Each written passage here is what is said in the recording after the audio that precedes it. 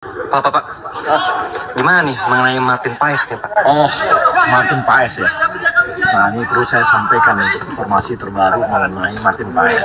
Jadi gini, Martin Paes ini kemarin dia ini ada pertandingan dia ketika dia sudah usia 22 tahun. Dan menurut regulasi FIFA itu tidak dibolehkan lagi pindah negara. Tapi masih ada celah. Kenapa sampai dia bermain di usia 22 tahun untuk Belanda? Dan ini sudah kami konfirmasi dengan KNVB Belanda. Jadi ada syaratnya, tapi kita harus punya hak untuk mengajukan ke CAS namanya. Ini Badan Arbitrase Olahraga nih. Jadi dasarnya apa? Martin Paes harus jadi orang Indonesia. Makanya kemarin Martin Paes kita sudah ya dan menjadi warga negara Indonesia. Apalagi Martin Paes sangat ingin menjadi warga Indonesia dan membela timnas kita. Jadi setelah kita jadikan dia warga negara Indonesia, kita punya hak sebagai negara untuk mengajukan ke CAS. Kalau dia nggak WNI, kita nggak punya hak. Makanya di WN-kan dulu Paes ini. Setelah itu baru kita ke CAS. Semoga nanti celahnya itu, kenapa dia di usia 22 masih main ke Belanda, itu akan kita bawa nanti ke CAS. Jadi doakan secepatnya ada proses yang baik sehingga Martin Paes bisa menjadi pemain timnas kita. Assalamualaikum warahmatullahi wabarakatuh. Salam salve. Om Swastiastu, Namo Buddhaya, salam kebajikan, salam olahraga. Teman-teman, jumpa lagi bersama saya di Falcon Eceder. Ya, bagi teman-teman yang selama ini penasaran bagaimana sih dengan keberadaan atau posisinya Martin Paes, kok belum ada kejelasan, kok tidak ada atau tidak masuk dalam list nama-nama yang dikeluarkan oleh PSSI. Dari 22 nama yang dikeluarkan oleh PSSI, bahkan namanya Martin Paes itu tidak ada. Sehingga ini menimbulkan tanda tanya yang cukup besar bagi fans Indonesia.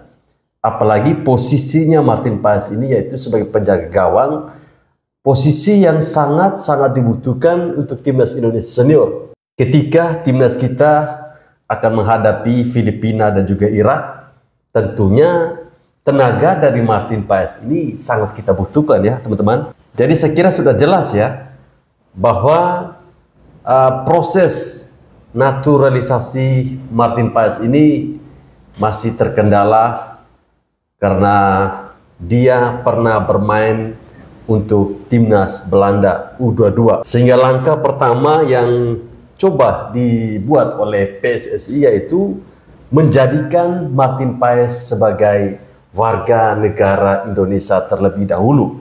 Barulah di situ kita mempunyai hak untuk mengajukan ke CAS tadi. CAS atau apa itu namanya. Harapannya semoga segera terselesaikan persoalan ini sehingga Martin Paes bisa segera datang ke Indonesia untuk bisa didaftarkan. Karena masih ada 2 slot pemain ya. Karena peraturannya itu harus ada 24 pemain yang didaftarkan.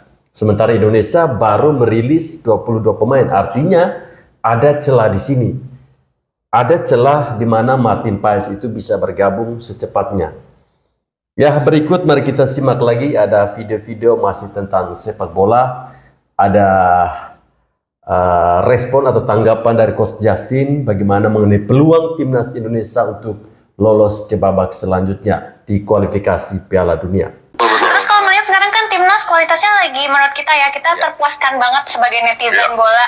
Nah, kalau dari Coach sama Kak Ibnu ngelihat timnas sekarang apalagi mau kualifikasi Piala Dunia juga, optimismenya seperti apa? Apalagi kabarnya mau ada tambahan 2 pemain lagi. Gue sih sangat optimis ya. Dalam arti ya harus optimis. Kalau kita dari 2 match ini harus menang sekali kita lolos grup. Ya kan gitu. Ya kalau kita nggak lolos grup ya salahin kita sendiri. Stupid aja lu main di kandang dan gue bilang Irak ini kan sudah lolos. Jadi kemungkinan besar mereka turunin tim B-nya lah seharusnya. Ya. Oh gitu ya. Ya. Berarti lawan tim B ya coach. Ya, dan ya kita bisa menang, sangat bisa menang. Kembali lagi semua kalau kita nggak menang pun itu salah kita sendiri. Nanti ketemu Filipina jangan salah wasit ya. Enggak.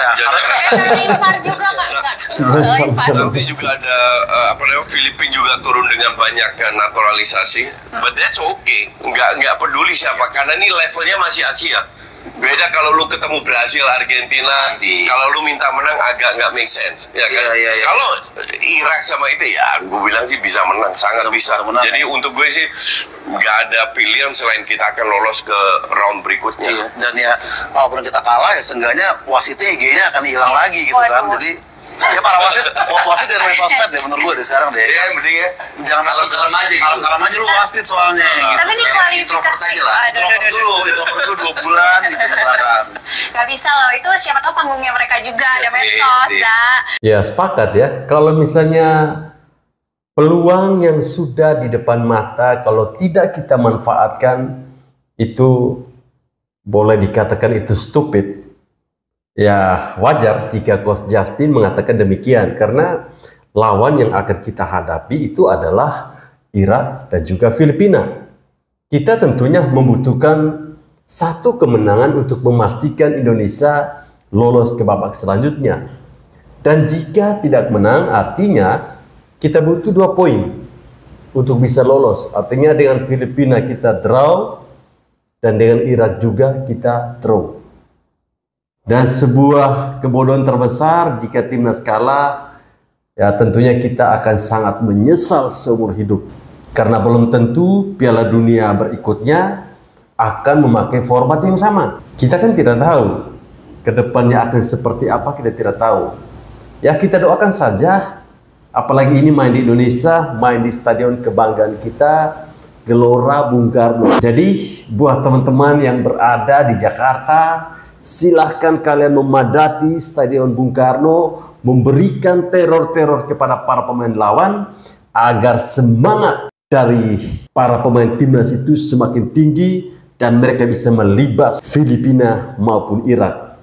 Dan saya yakin bahwa Irak pasti akan menurunkan pemain lapis kedua. Karena Irak tentunya di grup ini sudah memastikan diri lolos ke babak selanjutnya dengan status sebagai juara grup karena mereka belum terkalahkan.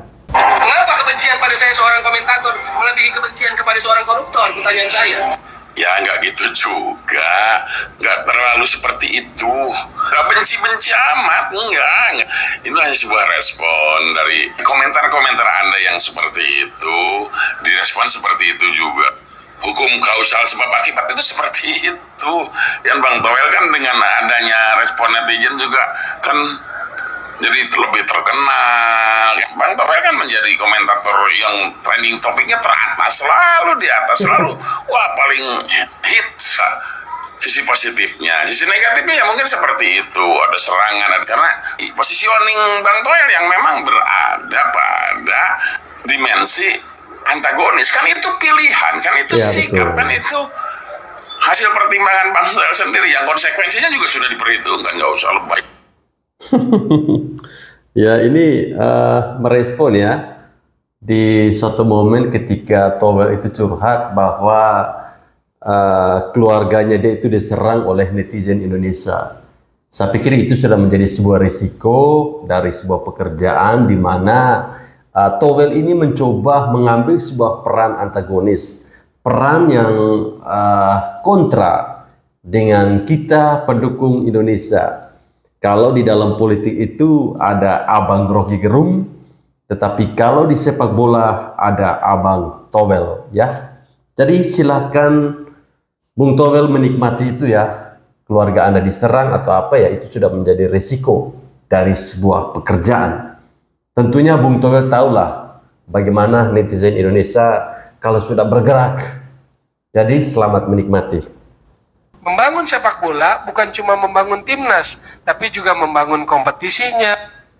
Nah, Bung Toel ini mengatakan ya, membangun sepak bola itu bukan cuma membangun timnas saja, tetapi juga membangun kompetisinya. Nah, Tapi aku berharap ya Bung Toel kalau ngomong seperti itu, Bung Toel juga kritik dong kompetisinya. Ya, setuju. Aku udah dari kemarin tuh mengkritik sistem Liga 3 ya. Liga 1 itu aku kritik itu Championship Series. Liga 2 itu aku kritik itu playoff degradasi yang menurutku nggak perlu ya. Kalau alasan pertandingannya terlalu sedikit, ya udah jangan jadikan 4 grup, jadikan 3 atau 2 grup kayak zaman Pak Edi atau zaman Pak Iwan Bule. Nah yang paling parah ini Liga 3. Nah kemarin Liga 3 kuota zona nasional itu nggak adil. Jawa Tengah dapat lebih banyak, Jawa Barat, Banten dapat lebih banyak dari tim-tim Sumatera, Kalimantan, ya kan? Itu harus dikritik. Nah, dan yang paling parah ya sekarang itu salah satu exco PSSI itu diduga memiliki 3 klub, owner 3 klub Liga 3 yang saat ini lagi bertanding di 16 besar Liga 3, yaitu Persikota Tangerang, Farmel Adiaksa, dan juga Persibo Bojonegoro. Tiga-tiganya ini berpeluang naik loh. Kan lucu loh, tendensius. Kan ada kepentingan di situ. Exco PSSI punya klub 3, tiba-tiba bisa naik tiga-tiganya. Ini sekarang lagi di top 2 klasemen tiga-tiganya ini, ya kan? Nah, ini yang harusnya Bung Toel kritik gitu. Jangan melulu Sintayong, jangan melulu naturalisasi. Ini lagi fundamental, lebih penting daripada hal-hal itu semuanya. Nah, supaya apa? Supaya wajah sepak bola kita itu terselamatkan. Dan aku miris ya, dari 5 tim non-Jawa yang berpeluang masuk Liga 2, itu kayaknya yang punya peluang besar cuma tinggal 1, Tornado Pekanbaru. Jadi prediksiku betul kan? Aku memprediksi kemungkinan 6 tim Jawa, 2 tim non-Jawa yang promosi ke Liga 2. Ternyata ini kayaknya peluangnya cuma 1. Jadi 7 tim Jawa, 1 tim non-Jawa, dan di antara 7 itu kemungkinan besar 3 klubnya exco PSSI Eko Setiawan. Itu harusnya Bung Toel kritik ya. Aku salut sama Kompas yang mau mengangkat ini. Silakan teman-teman baca di surat kabar Kompas yang memuat tentang exco PSSI yang memiliki klub Liga 3. Itu pelanggaran loh sebenarnya. Tapi itulah ya, dibiarkan, dan itulah hal yang tidak bagus dari kepemimpinan PSSI yang harus segera diperbaiki. Jadi Bung Toel jangan cuma kritik timnas, Sintayong, naturalisasi, kritik juga Liga 3 ya. Salam sepak bola Indonesia. Salam sepak bola Indonesia. Ya, seharusnya seperti itu. Seharusnya kalau Bung Toel mau memperbaiki kualitas para pemain lokal kita, tentunya yang menjadi pusat kritikannya dia itu terkait dengan kompetisi Liga 3. Liga 3 ini menurut saya sebuah liga yang sepertinya hanya formalitas. Sebuah kejadian pernah terjadi pada salah satu klub sepak bola dari Nusa Tenggara Timur ketika itu, PSN Ngada, yang secara terang-terangan dicurangin oleh wasit. Seharusnya waktu itu PSN Ngada itu bisa lolos ke Liga 2. Tetapi memang benar-benar tim-tim dari Indonesia Timur itu selalu saja dikalahkan oleh wasit. Ini yang harus menjadi fokus perhatian dari Toel CS. Bukan Anda terlalu lebay mengkritik Coach Sintayong.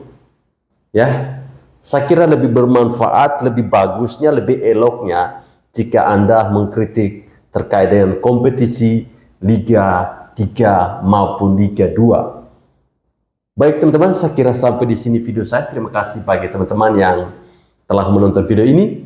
Salam hormat dari saya, salam olahraga.